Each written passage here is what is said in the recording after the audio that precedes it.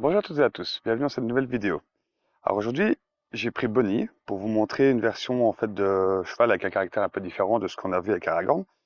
Donc Bonnie est une jument de 10 ans qui est plutôt en tempérament introverti, donc assez réservé, renfermé et qui est pas toujours dans l'idée de vouloir dans du mouvement en avant. Donc je voulais justement vous montrer comment je vais adapter en fait le travail, l'exigence, le résultat que je veux obtenir en fonction de son tempérament. Donc ici, nous allons commencer par revoir notre fondamental, donc qui est notre point fixe. Donc pour rappel, je viens prendre, n'oubliez pas ma longe assez courte. Je vérifie que mon cheval peut céder vers le bas, comme ceci. Si j'ai un peu de résistance, je maintiens, jusqu'à ce qu'il ait envie de vouloir céder comme ceci.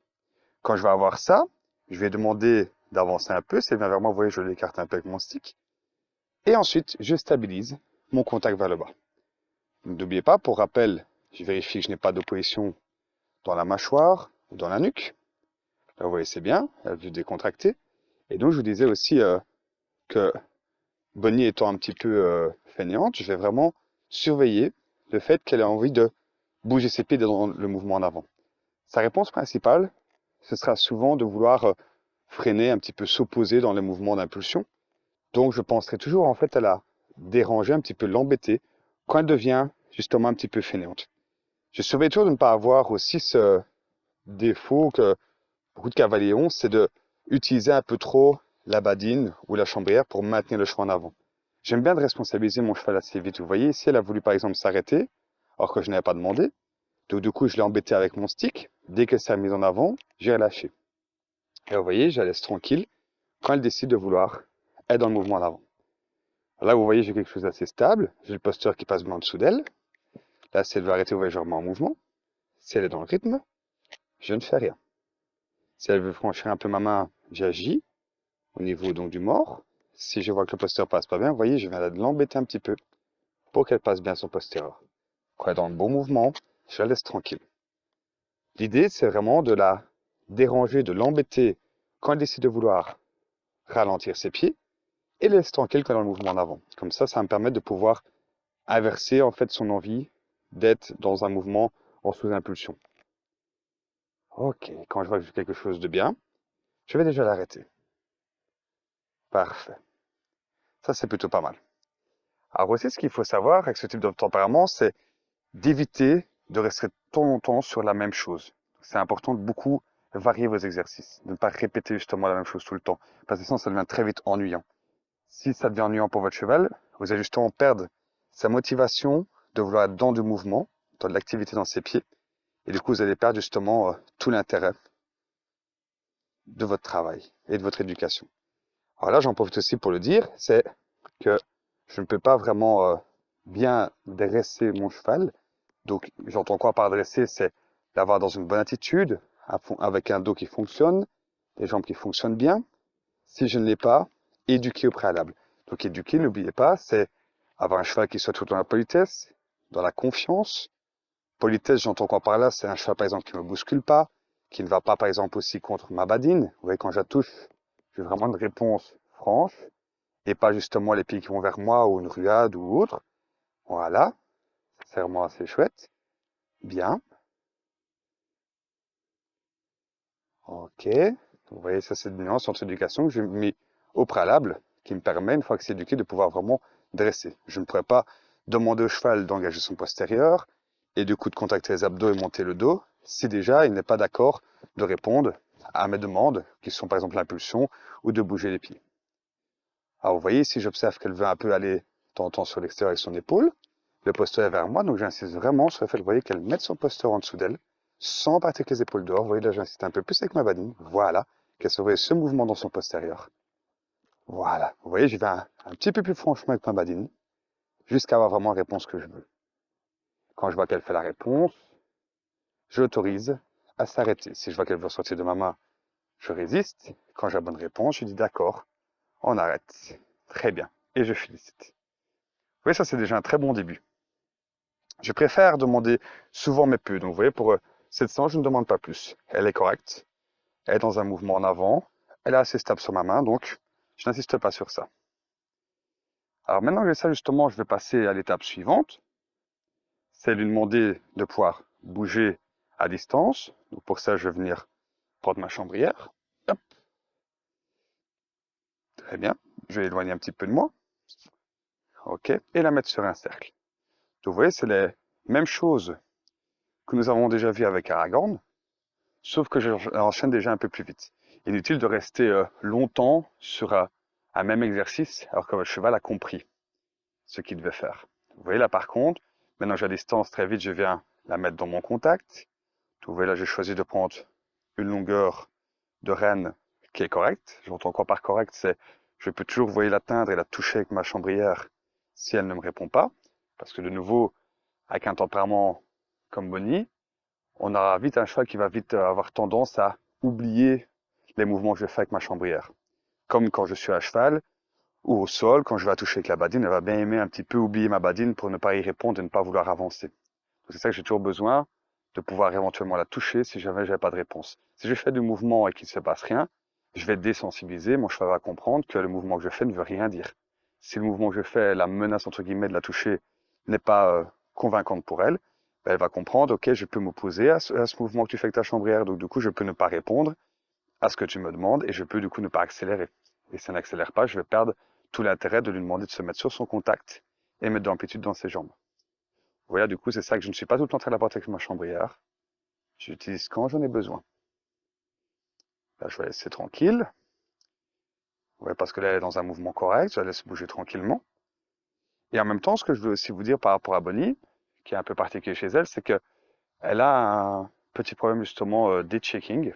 Donc, c'est un petit peu d'encensement au niveau de la tête, qui serait dû notamment à une hypersensibilité au niveau de la lumière, donc pour les yeux. Donc, vous voyez, c'est pour ça qu'ici, je lui ai mis un masque, parce qu'aujourd'hui, on a beaucoup de lumière, à beau soleil, et donc du coup, ça peut lui créer un petit peu de gêne au niveau de la tête. Donc ça, c'est une chose. Et en même temps, il y a aussi une petite part de comportement qui peut être due au fait que quand on vient un petit peu plus embêter Bonnie pour lui demander donc d'avancer, par exemple, elle peut avoir envie justement de faire un petit peu cet encensement. Donc je surveille justement les deux.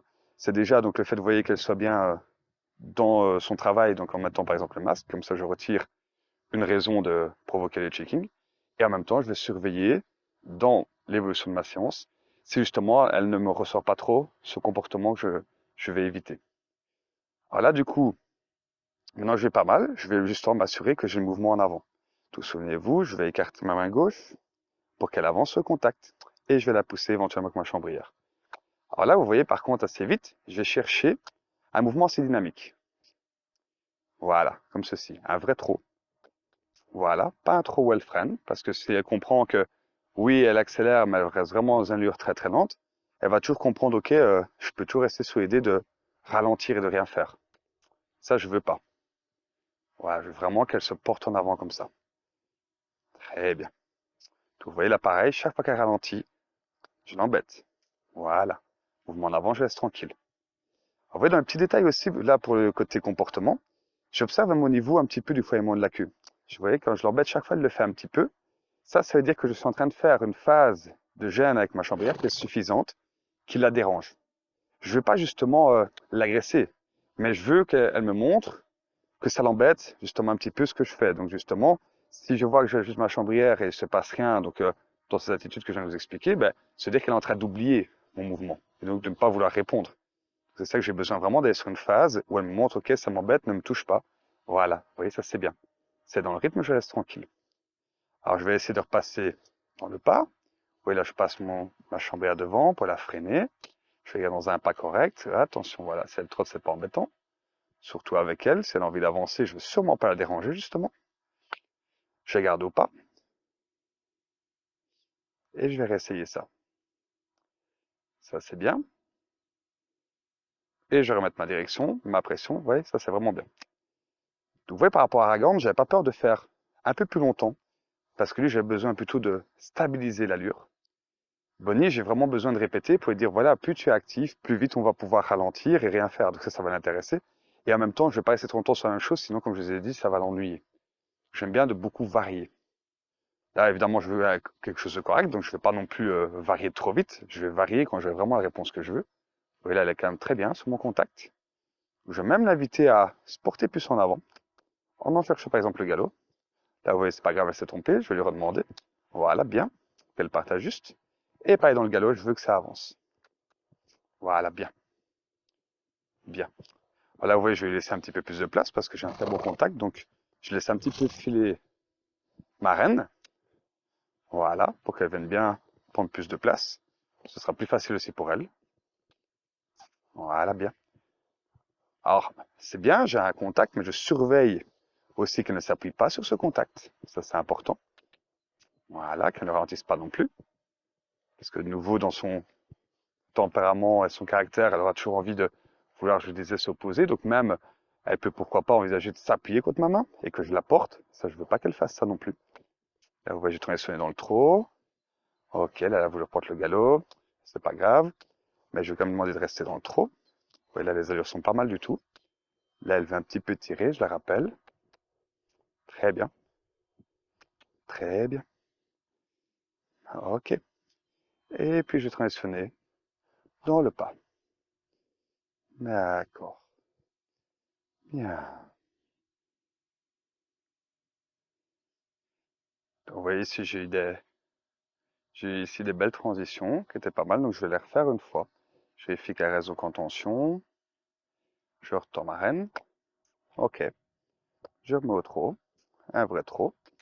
Bien. Voilà. Je la garde cadencée. Vous voyez, j'ai beaucoup varié mes allures. Là, je vais déjà la mettre dans le galop. Ouais. Là, vous voyez, j'ai poussé un peu avec ma chambrière pour vraiment qu'elle avance.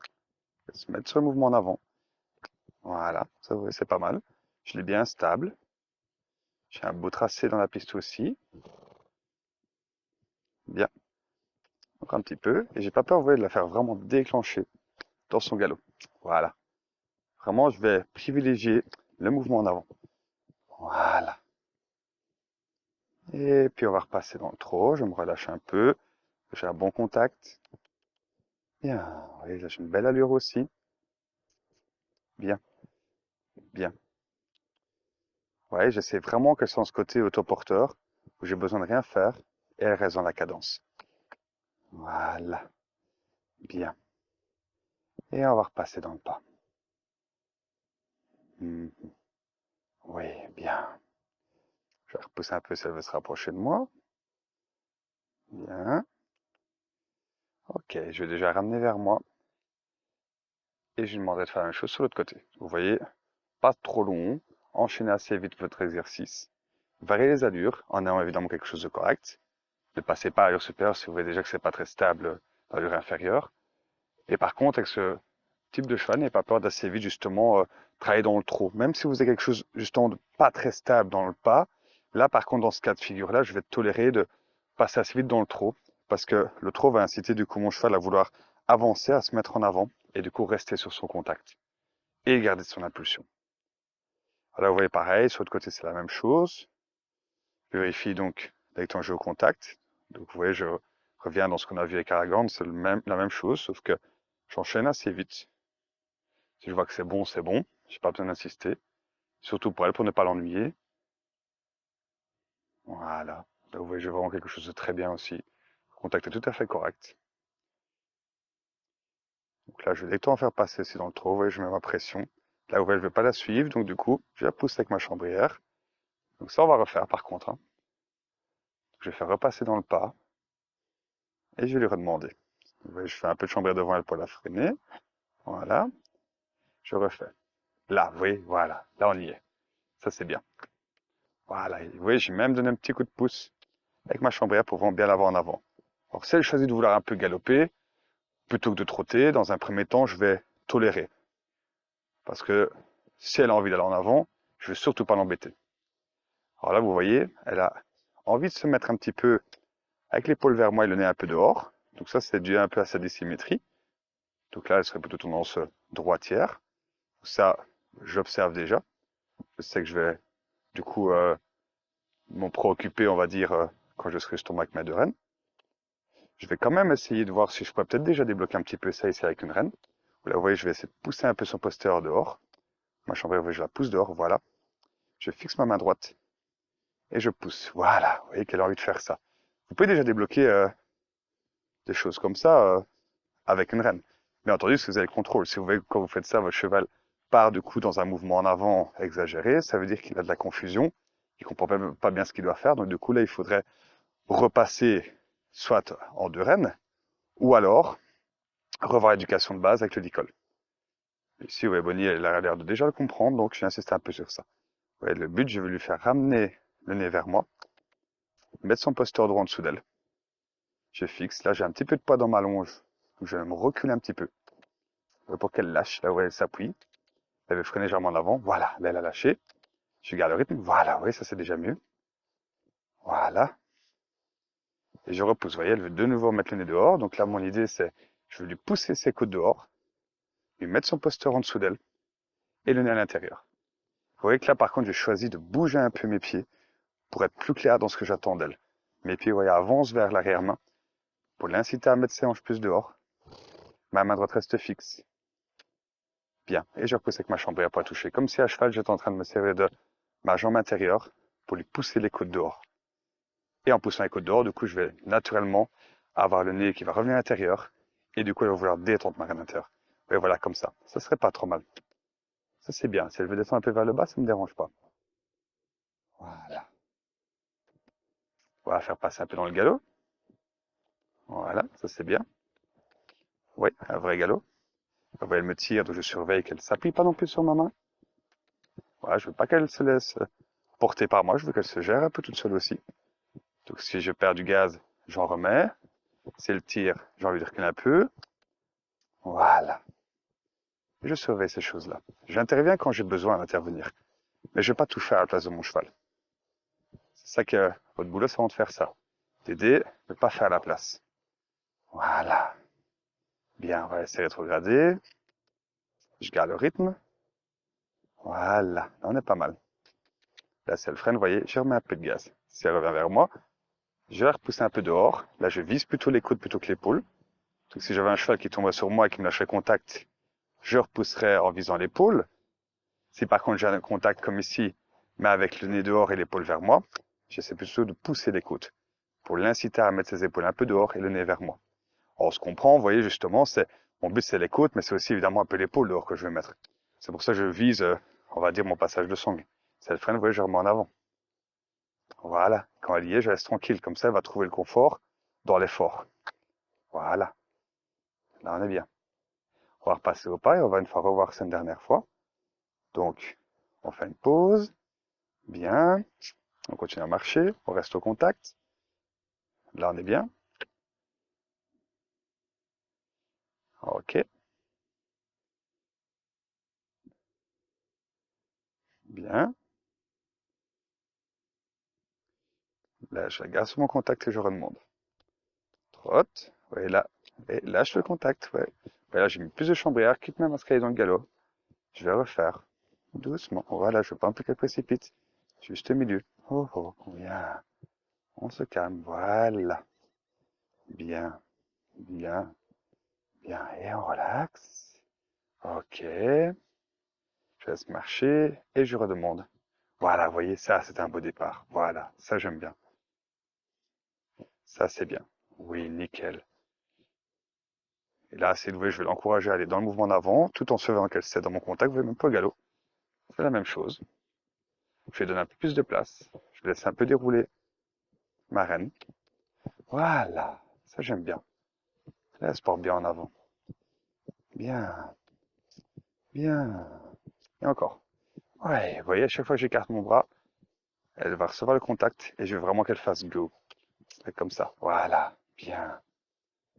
Ok, et que ça cède franchement. Ok, on va repasser dans le trot. On va la garder dynamique dans le trot. On va surveiller justement qu'elle ne se mette pas de travers comme je vous ai expliqué il y a quelques minutes. Oui, voilà. Bien, voilà. Bien, ok, voilà. Bien. Elle a duré pas mal. Bien. Et on va repasser dans le pas. Ok. Bien, ouais, c'est déjà une bonne préparation, ça. Vous voyez, tout ça, c'est vraiment adapté. Donc, vous voyez, on veut le même résultat que j'ai eu avec Aragorn, mais avec elle, j'adapte dans le sens de beaucoup varier parce que j'ai quelque chose justement d'assez stable. Aragorn, parfois, on avait un peu, je veux pas avancer, puis après, je cours exagérément, je réponds un peu trop fort à ce que tout le monde, parce qu'on a un côté plutôt extraverti, expressif. Bonnie, on a vraiment toujours cette envie, vous voyez, à chaque fois de vouloir freiner. Alors justement, c'est bien, mais justement, je veux débloquer un petit peu le fait de vouloir avancer. C'est pour ça vraiment j'insiste sur le fait de toujours varier, de ne pas rester tout le temps sur la même chose. Je vais varier mes exercices en étant toujours quand même dans une structure bien précise. Donc dès que j'ai la bonne réponse, on avance, on continue, toujours la même idée. Et quand je vois qu'elle fait l'effort, je la laisse tranquille. C'est vraiment ça répéter pour la motiver à avoir le résultat que j'attends d'elle. Très bien. Donc là, vous voyez, je ne vais pas lui en demander plus. C'est pas mal du tout pour cette séance. Donc en conclusion, ce que je veux vraiment que vous reteniez de cette séance, c'est adapter toujours votre exigence par rapport à la personnalité de votre cheval. Si vous avez un cheval qui est plutôt dans le mouvement fort en avant, cherchez à avoir du calme, de la rigueur, le fait justement qu'il apprenne à se poser dans son allure, dans son rythme. Si j'ai un cheval plutôt fainéant, là je vais plutôt être sur le fait de dire reste en mouvement en avant, avance, soit actif, mais sans précipiter. Si j'ai un cheval plutôt dans l'émotionnel, là je vais plutôt varier dans l'idée de plutôt le rassurer, le décontracter, donc beaucoup faire des choses calmes, qui sont prévisibles, qui sont répétées, comme ça je vais me servir un peu d'anticipation pour le détendre, pour le relaxer qu'avec un cheval justement plutôt fainéant, je vais pas avoir peur de varier pour qu'il soit toujours dans l'idée qu'est-ce que je dois faire. On va plus vite, on va moins vite, c'est vraiment ça la particularité. Restez donc vous avez vu sur l'idée toujours que mon cheval reste bien sur son contact, ça c'est la même chose qu'on a vu de précédemment, que ce soit proche de vous ou dans le mouvement à distance, mais avec un rythme toujours régulier et un contact régulier. Merci à vous, je vous retrouve dans une prochaine vidéo.